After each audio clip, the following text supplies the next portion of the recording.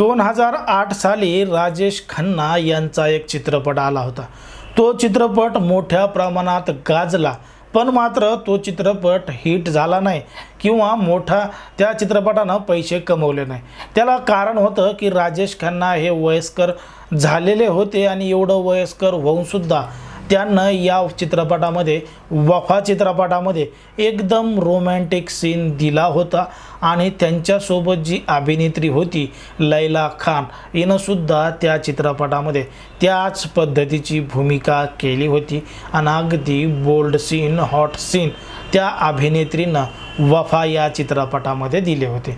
त्यानंतर या अभिनेत्रीनं अजून एक चित्रपट केला होता आणि त्या चित्रपटानंतर ही जी अभिनेत्री आहे ती हिट ठरली नाही, पण मात्र तिच्या वेगळ्या अंदाजामुळे सगळं काही दाखवत असल्यामुळे रोमॅन्टिक सीन देत असल्यामुळे ती गाजत होती। तिचं नाव हे चर्चेचा विषय ठरत होता।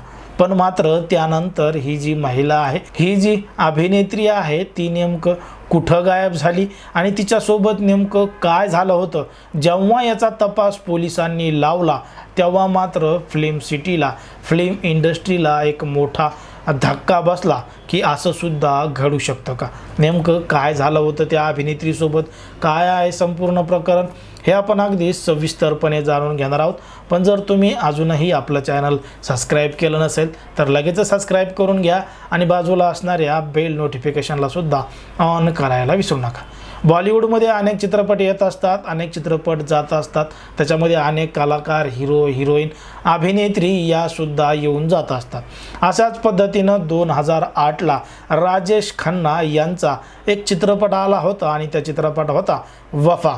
वफा चित्रपटामध्ये अभिनेत्री लैला खान आणि राजेश खन्ना या दोघांचा एक सीन होता आणि त्या सीनमध्ये एकदम हॉट आणि बोल्डनेस सगळं काही होतं, कारण की राजेश खन्ना यांच्या पत्नीचा रोल लैला खान हिनं केला होता। त्यानंतर फरार या चित्रपटामध्ये सुद्धा या लैला खाननं काम केलेलं होतं, पण मात्र हे दोन्ही चित्रपट हिट ठरले नाही, त्यानं जास्त काही पैसे कमवले नाही, फक्त चर्चा होती ती लैला खानच्या अभिनयाबद्दल आणि त्याने केलेल्या त्या कामाबद्दल। आता ही अभिनेत्री चित्रपटामध्ये चांगली चालत नव्हती, तिचे चित्रपट चालत नव्हते, पण मात्र तिनं काय केलं यापासून वेगळं होण्याचा निर्णय घेतला आणि एका व्यक्तीबरोबर लग्न केलं। मग या अभिनेत्रीनं 2011 मध्ये मुनीर खानशी लग्न केलं आणि मुनीर खान हे बांगलादेशातील प्रतिबंधित संघटनेचे सदस्य होता आणि तो दुबईला राहत होता आणि तो या अभिनेत्रीला घेऊन दुबईला गेला। बॉलिवूडपासून थोडं लांबच राहिले। ही लैला खान आणि तिचा नवरा हे दोघं जण दुबईला राहायचे आणि दुबईला राहत होते, म्हणून तिचा जो नवरा होता तो बांगलादेशचा होता आणि त्याच्यासोबत काही आरोपसुद्धा लागलेले होते, दहशतवादासोबत सुद्धा त्याचं नाव जोडलं गेलं, त्यामुळं ती अभिनेत्री हिचं सुद्धा नाव त्यामध्ये जोडलं गेलं आणि काही ना काहीतरी संबंध आहेत असे प्रश्नसुद्धा निर्माण झाले होते। मग हे सगळं करत असताना पुन्हा एकदा तिला एका चित्रपटाची ऑफर आली आणि ते चित्रपट राकेश सावंत दिग्दर्शित करत होते आणि त्याचं शूटिंग मुंबईमध्ये आणि मुंबईच्या परिसरामध्ये चालू होतं। मग त्या शूटिंगसाठी लैला खान ही त्या ठिकाणी आली होती आणि तिचं शूटिंगचं काम करत होती। मग शूटिंग दरम्यान मध्येच काही दिवसांचा ब्रेक आला आणि ब्रेक घेण्यासाठी ती तिच्या परिवारासोबत तिचा इगतपुरी येथे एक फार्म हाऊस होतं, एक बंगला होता, त्या बंगल्यामध्ये परिवारासोबत राहत होती। मग त्या ठिकाणी सगळी काही जल्लोषात पार्टी करण्यात आली। त्या पार्टीला घरातले सगळे सदस्य उपस्थित होते, त्यामध्ये तिची आई होती सेलिना खान, तिचा भाऊ होता इम्रान खान आणि 3 बहिणी होत्या, झारा, रेशमा, हसीमा या सगळ्या सोबत राहत होत्या आणि तिच्या आईचा जो तिसरा नवरा होता त्याचं नाव होतं परवेज।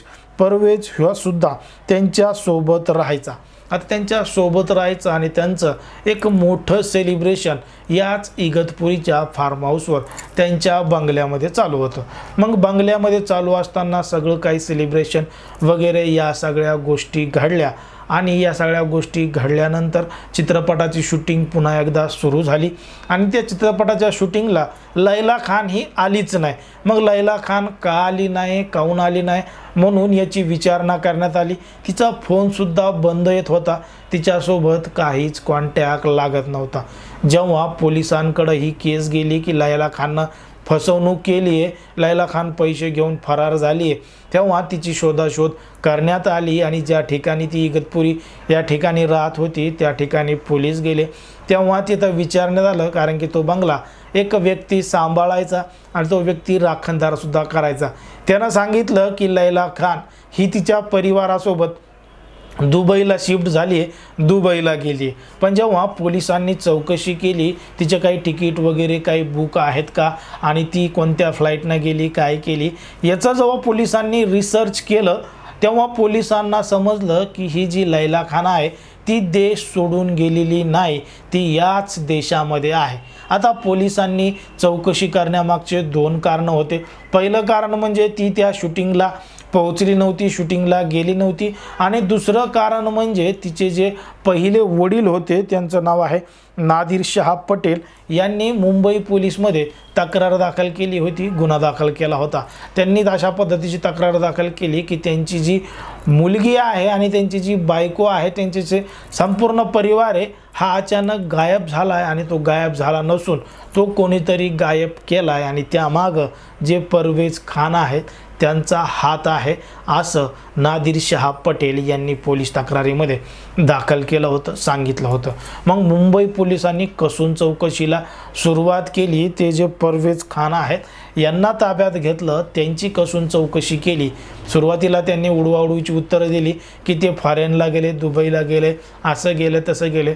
पण पोलिसांनी मग जेव्हा त्यांना खाकी वर्दीचा धाक दाखवला आणि त्यांच्या स्टाईलमध्ये पद्धतीनं विचारलं तेव्हा परवेज खानने घडलेला संपूर्ण प्रकार सांगितला। त्यानं सांगितलं की एक दिवस इगतपुरीच्या बंगल्यामध्ये त्यांचं अशा पद्धतीनं सेलिब्रेशन चालू होतं।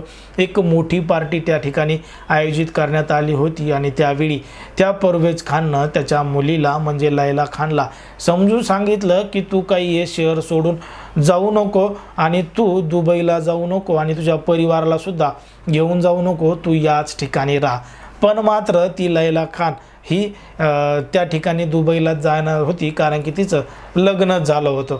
पण ती लैला खान जरी गेली तरी सुद्धा तिनं एकटीनं जावं, तिच्या आईला सलेना खानला सोबत नेऊ नये असं तिला वाटत होतं। म्हणून तो जो परवेज खान आहे त्यानं लैला खानच्या आईला सुद्धा समजून सांगितलं की तू तुझ्या मुलीबरोबर दुबईला जाऊ नको, तू तरी इथं राहा।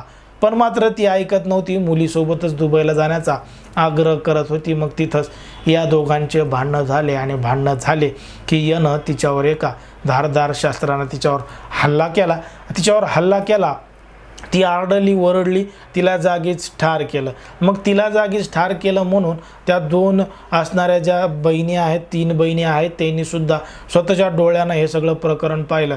मग त्यानं त्या तिघींना सुद्धा मारलं आणि असं करता करता त्या 3 मुली, ती जी आई आहे त्यांची, तिला, त्याच्या भावाला आणि लैला खानला अशा एकूण 6 जणाला परवेजनं जागीच ठार केलं। आणि जागीच ठार केल्यानंतर त्या ज्या घर सांभाळणारा व्यक्ती होता, केअर टेकर होता, तिथं काम करणारा माणूस होता, त्या माणसाच्या मदतीनं त्याच फार्म हाऊसमध्ये एका ठिकाणी खोल खड्डं करण्यात आलं आणि या सगळ्या परिवारातल्या सदस्यांना तिथं गाडण्यात आलं, पुरण्यात आलं आणि याची बातमी कोणालाही कळू दिली नाही, घटना उघडकीस होऊ दिली नाही आणि घरातलं सगळं काही सामान सगळं व्यवस्थित करून ठेवलं जेणेकरून कोणालाही काही माहिती मिळणार नाही आणि तो त्या ठिकाणाहून पसार झाला, तो त्या ठिकाणाहून गायब झाला।